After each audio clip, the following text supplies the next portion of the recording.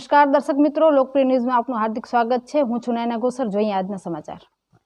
Mandvi Naliya highway પાસે માંડવી અને સિરવાની વચ્ચે મારુતિ શોરૂમની સામે પ્રગટિયા હનુમાનજીના મંદિરે જંગમ રાજાના આશ્રમે બે મહત્વના સેવા યજ્ઞ ચાલી રહ્યા છે। એક ગૌ સેવા તથા બીજું વ્યસન મુક્તિ સેવા યજ્ઞ નિઃશુલ્ક ચાલી રહ્યા છે। તો સાંભળીએ અહીંના મહંત શ્રી પરમ પૂજ્ય જંગમ રાજાના શબ્દોમાં। મેં બે અભિયાન ચાલુ કર્યા છે, એક ગૌ સેવા, એક મનુષ્ય સેવા।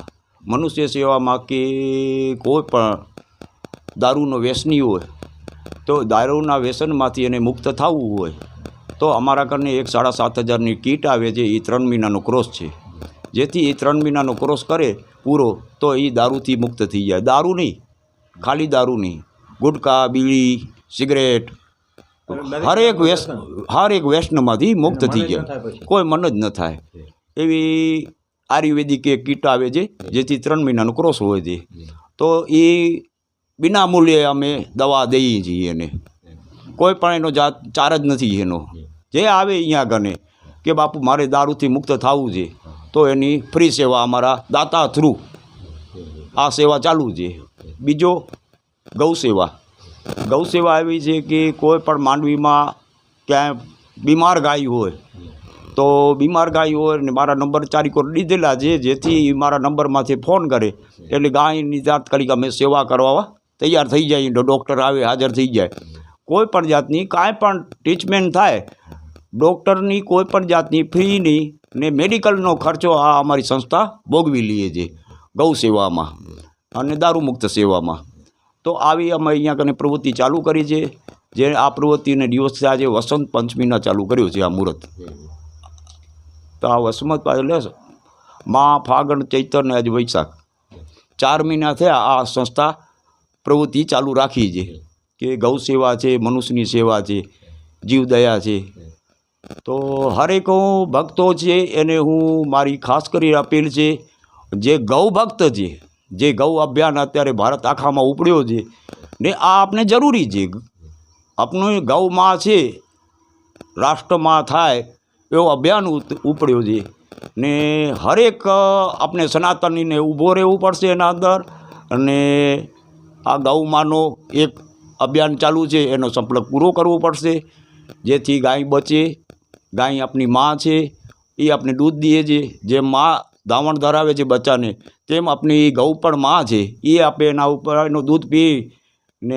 બહુ સરસ વાત કરી આપે કે ગૌ આપણી માં છે। આપણે એક સનાતની છીએ અને આપણે કહીએ છીએ કે ગૌ આપણી માં છે, તે છતાં પણ આજે કચ્છના, ગુજરાતના દરેક ગામોમાં આપણે જોતા હોઈએ છીએ કે આપણી માઓ ઠેર ઠેર ભટકતી હોય છે।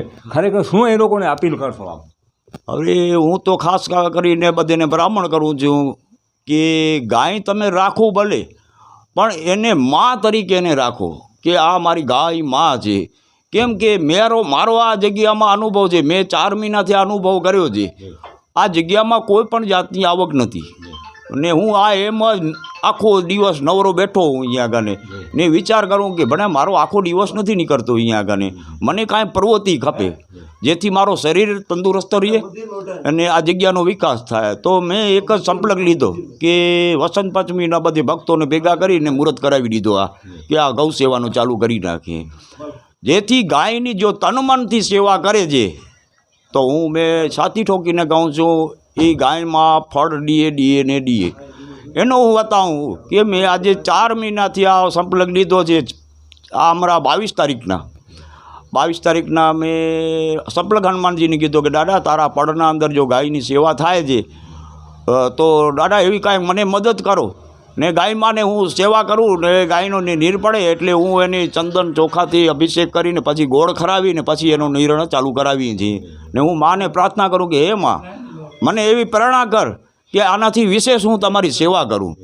તો એટલી બધી ગૌ માએ મને એનામાંથી ધાં સાંભળી છે, આટલી ગાયોમાંથી કોક તો એના અંદરથી એવી મારી માએ સાંભળી લીધી, આ બધી ગાયો મારી ધાં સાંભળી લીધી।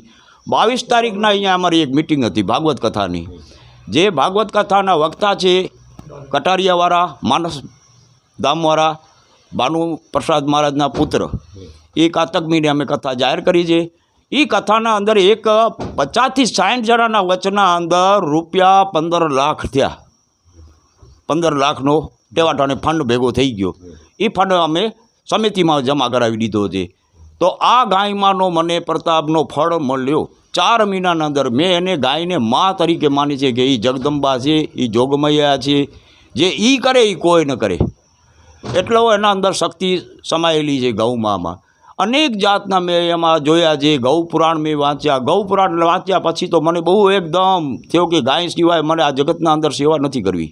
મનુષ્ય સેવા યા ગાયની સેવા બહુ ઉત્તમમાં ઉત્તમ છે. તો હું સર્વ ભક્તોને કહું છું, ગૌ ભક્ત છે આપણા સનાતની છે એને પણ હું કહું છું કે જેમ બને એમ ગાયને માં સમજીને, એને જનાવર ન સમજો, એને એક માં સમજીને એની સેવા કરો, એને પાલન પોષણ કરો. જેમ આપણે આપણા બચ્ચાને કરીએ છીએ, આપણી માતા પિતાને કરીએ છીએ, એવી જ રીતે તમે ગૌ માની સેવા કરો તો તમને 110%, મને 15 લાખની આયોજનમાં થઈ ગયો છે ફંડ.